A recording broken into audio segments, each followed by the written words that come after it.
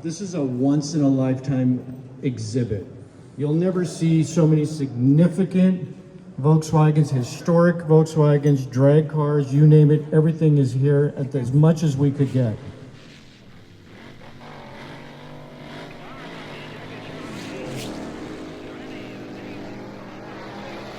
Hey, good morning, you guys. Eddie Collins here from Hot VWs. We're here at the Grand National Roadster Show still, and let me tell you, the stories just keep coming. And we were lucky enough to actually go ahead and run into this gentleman whom some of you may know and some of you may not, but you need to know his story and all the history. Because of him, you've inspired a lot of people over the years. So, Burly, nice to have you here. Thank you for your time. Thank you for having an interest. No, definitely an interest. I mean, this is pretty wild. You know, as I'm talking to you off camera, I mean, I'm impressed by everything that you've done and all your contributions to the VW, community, lifestyle, the hobby, and everything. Where did you get started? How did you get started? Got inspired two ways. In the early 60s, there was a chopped black Volkswagen customized in a little custom car magazine. And I just thought it was fantastic and just ingrained in my head. But later on, in 65, I was racing a 56 Corvette in slalom racing in Southern California. Wow. And the XKs were new, the Cobras were new, the Stingrays were new. And there was a guy with a little purple Myers-Manx dune buggy with a Corvair engine in it. Right. And just the easiest way to say it is in 45 races in 1 year, he got 43 fast time of days against every competitor, the Cobras, the Stingrays. And so me and my Corvette said, I want to have one of those. Yeah.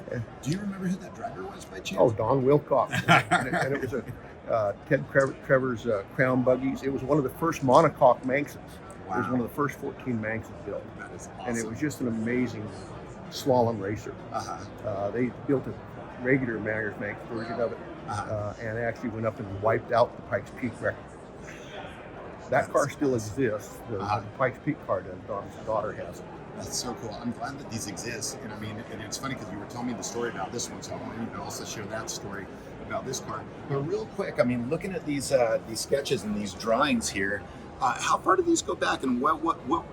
I mean, I'm looking at American Honda Motor Company. What were you doing there? I was a development writer for them in 1966. I worked for them from 64 to 68. Okay. And during that era, I was a development writer with dreams of being a car designer that never got anywhere. That is so cool. I mean, I love this on this on the yellow steno pad. And you notice at that time it still had the Volkswagen hood, so it was kind of the first Volks Rod concept. Okay. And then I was also a Southern California boy, so I loved street rods, but my heart was with VWs. Yeah. And so I designed a kit. Okay. To take the Baja Bug, let me show it here. Take a Gino Miller's Baja Bug hood and nose off, and just put these two parts on. Right. You didn't have to buy a whole new car. You could just change the look by changing the hood. That's awesome. And Don Roundtree at Sandwire Winder manufactured them, produced them for a few years, and I took over later on when I moved up to Utah. Wow. But in the mid 70s, I started building this car. Okay. And then these drawings were shown in Hot VWs in October of 72, 73, somewhere around in there. So as they were coming along. I'm amazed that you actually still have these, and I'm glad that you still do. But tell the viewers about the story about the Paradise Fire and, well, the history of the car, how you had it, and then where did it go after you owned it? I'll try to condense it as much as I can. I started building the car in 75, finished it in 78. By that time, I was now living in northern Utah. Drove it down to the Buggian in 78. Enjoyed it for a couple, 3 years. Young married couple, broke, got to sell the car. Sold it to a pharmacist without an engine in the car. I kept the engine in Salt Lake City. Okay. And he had this all-chrome Porsche engine he was going to put in. Wow.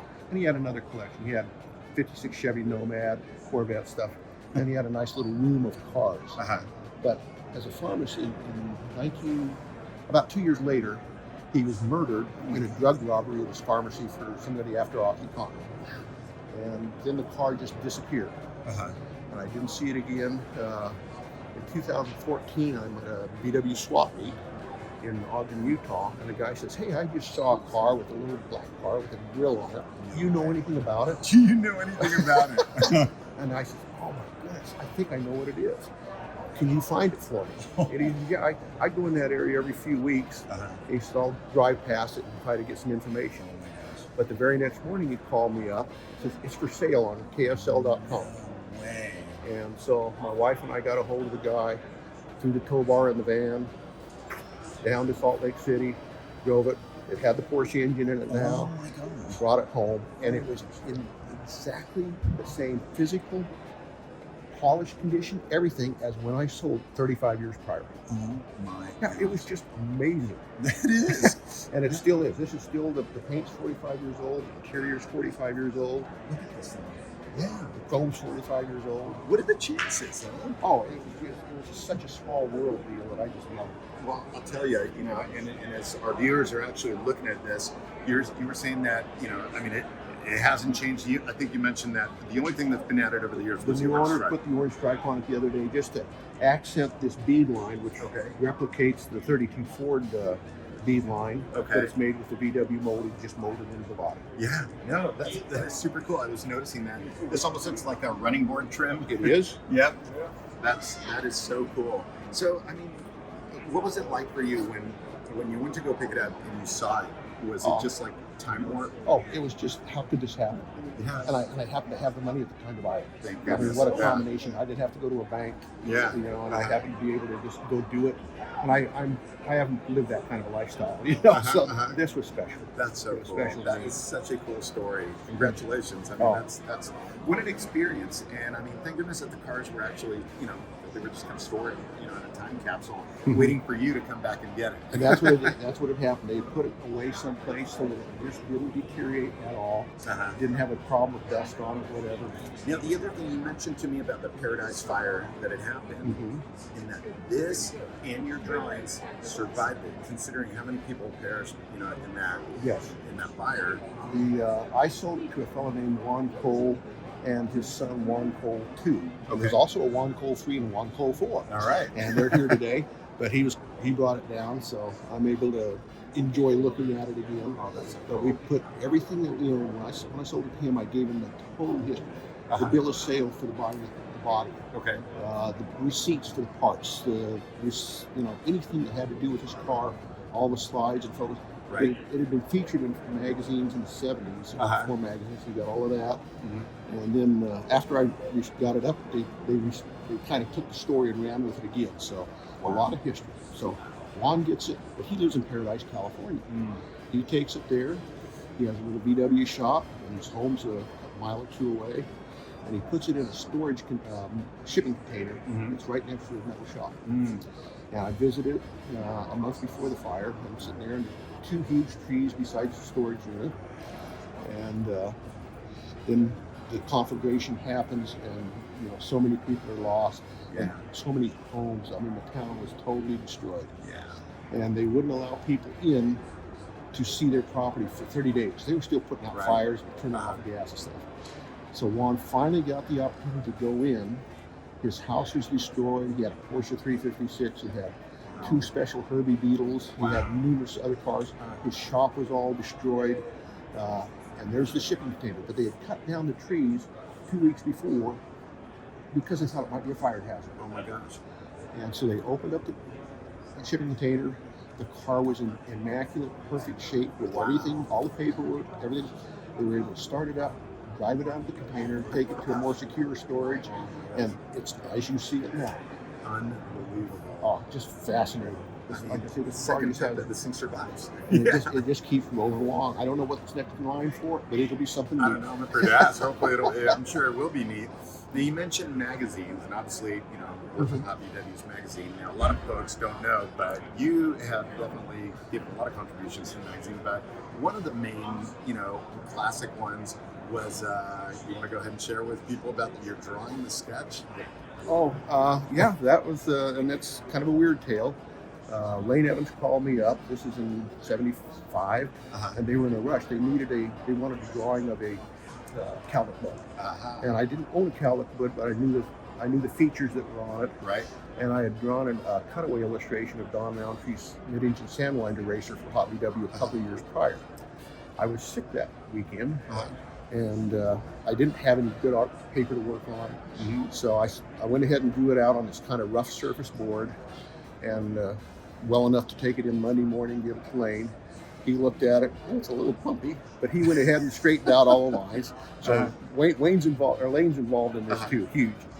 And fortunately, we got all the features right, and it became an iconic picture.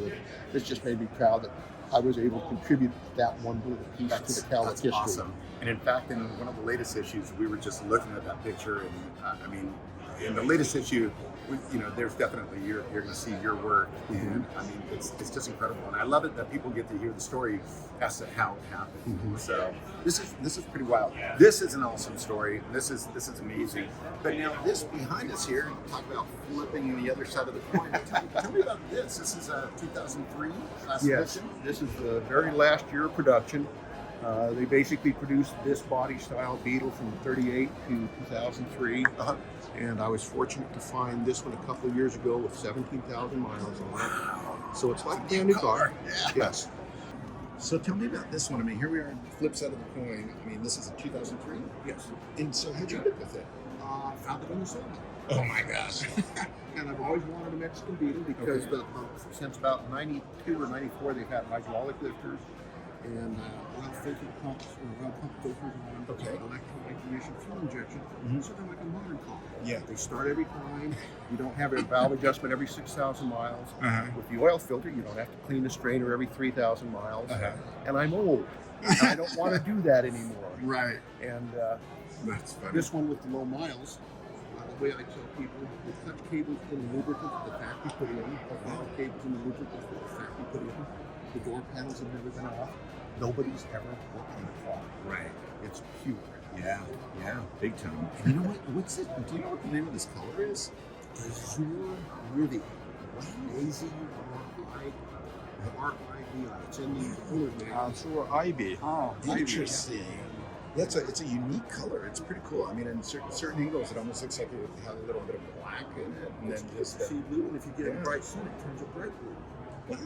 And it's the cheapest model Volkswagen they sold. Really? This is not the special edition, Final edition. Right. Yes. This is the base model.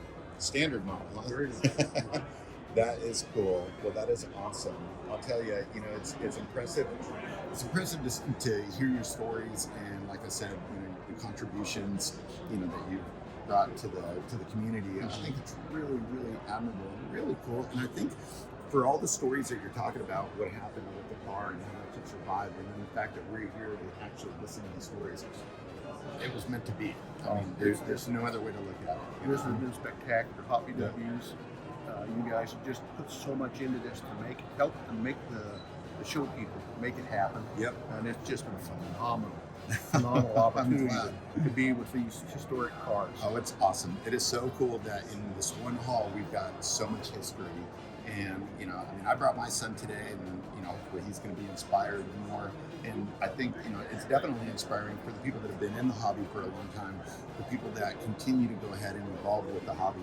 I think it's great. So thank you so much, Burly. Appreciate it. Really appreciate your time, and congratulations. You've got one heck of a lifetime of stories. Well, congratulations to Hobby W on 55 years of being in production. I mean, I've got them from day one to current, so I can't miss them.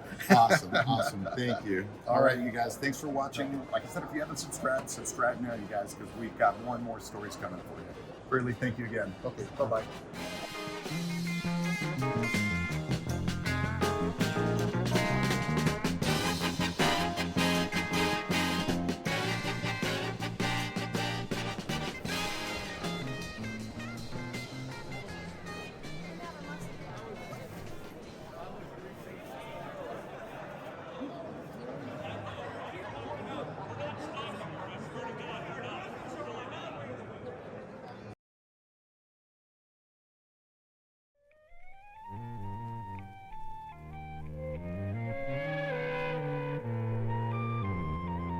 Thank you.